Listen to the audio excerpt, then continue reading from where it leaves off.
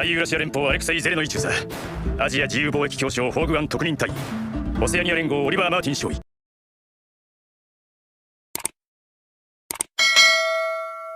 Saya lagi di rumah nih guys. Jangan lupa like, comment, and subscribe. Hai semuanya, selamat datang kembali di channel Anime 39. Pada video kali ini saya kembali melanjutkan mengupas anime Kyoukai Senki Part 2 episode 7. Diceritakan pada episode ini kalau pasukan Eurasia, Oseania dan Asia mencoba untuk bekerja sama dengan pasukan Jepang yang dipimpin oleh Pak Udo. Entah apa rencana dari kerjasama ini, apakah hanya untuk memanfaatkan keadaan atau akan sepenuhnya membantu pasukan Jepang yang sudah dianggap teroris oleh pasukan Amerika Utara. Seperti apa ceritanya, yuk kita langsung saja ke pembahasannya. Di awal episode Pak Udo menerima video call dari Alexei Zelenoy yang mewakili Eurasia, sementara Asia diwakili oleh Ho Guang dan Oliver Martin yang mewakili Oseania. Dari pertemuan secara daring mereka membahas masalah kerjasama yang akan dilaksanakan. Dan untuk rencana kerjasama itu Pak Udo dan yang lainnya melaksanakan rapat untuk membicarakan kalau pasukan Asia, Oseania dan Eurasia menawari mereka kerjasama di wilayah Jepang, dan Yatagarasu sudah diminta untuk bergabung dengan proyek tersebut sebagai imbalannya Koperasi Asia yang akan mengendalikan daerah di mana pembebasan dan pemindahan wilayah Hokuriku. Pak Udo ingin menjadikannya tanah Jepang karena ketiga kekuatan itu akan diizinkan untuk memiliki otonomi independen. Dengan kerjasama yang akan dijalani mereka akan bisa merebut Jepang. Setelah mendengarkan penjelasan dari Pak Udo, Sion merasa senang kalau kerjasama ini akan bisa untuk merebut Jepang dari pasukan Amerika Utara. Sementara Pak Kumai menanyakan kepada Pak Udo kalau itu masalah yang sangat besar, Pak Udo langsung menjawab kalau begitulah cara mereka waspada terhadap aliansi Amerika Utara. Tezuka mengatakan apakah ini tentang membuka dan mentransfer wilayah. Mereka harus mengembalikannya dan harus kembali semuanya. Sementara Pak Kumai menanyakan kepada Pak Udo, apakah Anda yakin mereka dapat dipercaya dengan pemerintah Jepang sebagai boneka aliansi Amerika Utara? Bukankah itu akan menjadi hal yang sama?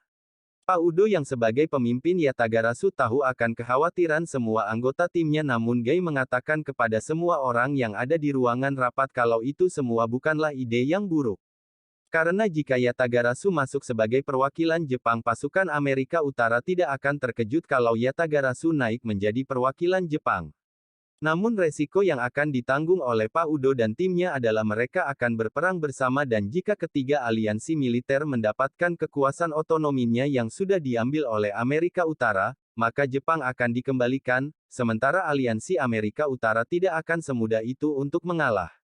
Dan jika mereka menerima kerjasama dari ketiga aliansi, kemungkinan negosiasi dengan aliansi Amerika Utara akan semakin jauh. Pak Udo memberitahu berita ini kepada semua anggota timnya karena Komandan Alexei Zelenoy percaya dengan tiga amaim asli yang dimiliki oleh markas Yatagarasu dan hanya itu yang dia minati. Dan ketiga aliansi militer tersebut merasa bangga bisa bekerja sama dengan markas Yatagarasu, dan ada dua pilihan: bergabung atau keluar. Itu sebabnya Pak Udo memberitahu kalau semuanya juga harus tahu tentang semua ini. Dan Pak Udo berharap kepada semuanya untuk memikirkan solusinya. Setelah rapat selesai, Amou, Tezuka dan Sion melakukan diskusi ketika istirahat makan di kantin, namun diskusi mereka diketahui oleh Pak Kumai yang meminta mereka jangan berdiskusi di tempat umum untuk menghindari perpecahan penduduk Jepang yang berada di markas Yatagarasu, dan jika ketahuan oleh publik maka rencana yang sudah disusun akan dibatalkan. Pak Udo memanggil Pak Kumai dan Pak Masaki untuk menanyakan apakah pilot amaim asli sudah mendiskusikannya, dan bagaimana dengan organisasi di Niigata. Diketahui kalau organisasi itu merasa bingung karena publik Yatagarasu merasa aneh dengan jadinya Yatagarasu sebagai perwakilan baru Jepang. Pak Udo menyimpulkan untuk mengambil keputusan terakhir adalah mereka yang orang dewasa karena Amou, Tezuka dan Sion masih di bawah umur. Alasan Pak Udo karena generasinya pada saat ini terpengaruh oleh perpecahan kekuasaan dan menciptakan kondisi saat ini yang disebut Jepang, dan satu hal yang paling penting karena mereka yang merupakan orang dewasa yang bertanggung jawab atas keputusan akhir dari suatu rencana.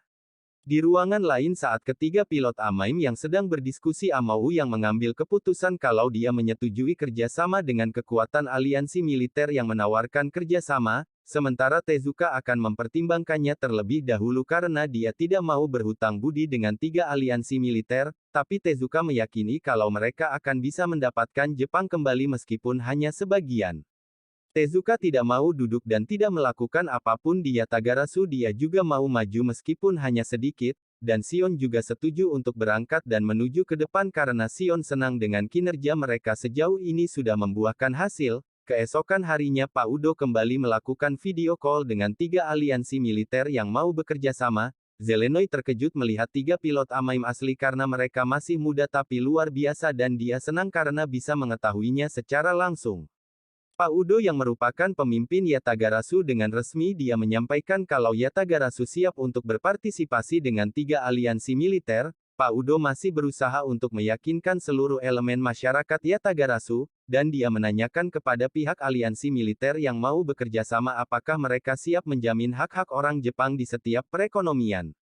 Ketiga aliansi militer sudah membuat dokumen perizinan untuk migrasi orang Jepang namun hanya sebagian, karena jika seluruh orang Jepang diizinkan bermigrasi maka akan membuat orang Jepang akan berbondong-bondong untuk datang, dan pada awal rekonstruksi basis ekonomi tidak cukup untuk mendukung mereka semua dan tentunya pihak aliansi yang menawarkan kerja sama akan bangkrut.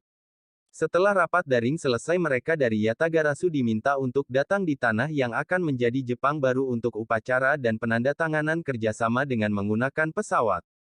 Setelah sampai di bandara Pak Udo disambut oleh Alexei Zelenoy, melihat semua peralatan militer yang ada di bandara Amou terkagum-kagum dengan apa yang baru dia lihat di Eurasia.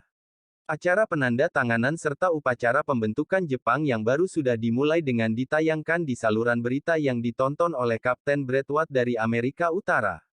Setelah upacara selesai Daria mempersilakan para tamu untuk menuju tempat yang sudah disiapkan. Pak Kumai dan Pak Masaki mereka berdua mengagumi sosok Daria yang cantik dan anggun. Di tempat yang sama Shion juga bertemu dengan Ana yang mewakili kakak iparnya dalam pertemuan yang diadakan oleh Eurasia, sementara Amou dijamu oleh Zelenoy di ruangan kerjanya, sepertinya mereka akan melakukan pembicaraan empat mata.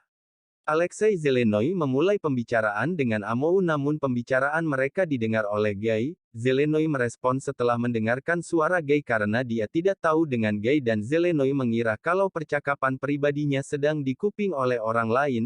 Amou menunjukkan kepada Zelenoy kalau itu adalah Gai, namun Zelenoy sedikit terkejut dia mengira kalau Gai adalah domba, namun Gai langsung menjawab dengan nada emosi kalau dia adalah anjing.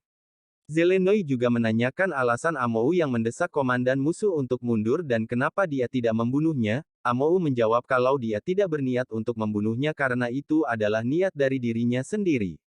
Namun Zelenoy menanyakan kepada Amou apakah dia siap untuk membunuh dengan dibentuknya kerjasama yang sudah mereka tanda tangani. Amou dengan rendah hati menjawab kalau dia siap. Zelenoy mau kalau mereka akan menjadi kawan baik dan dia mengajak Amou untuk minum.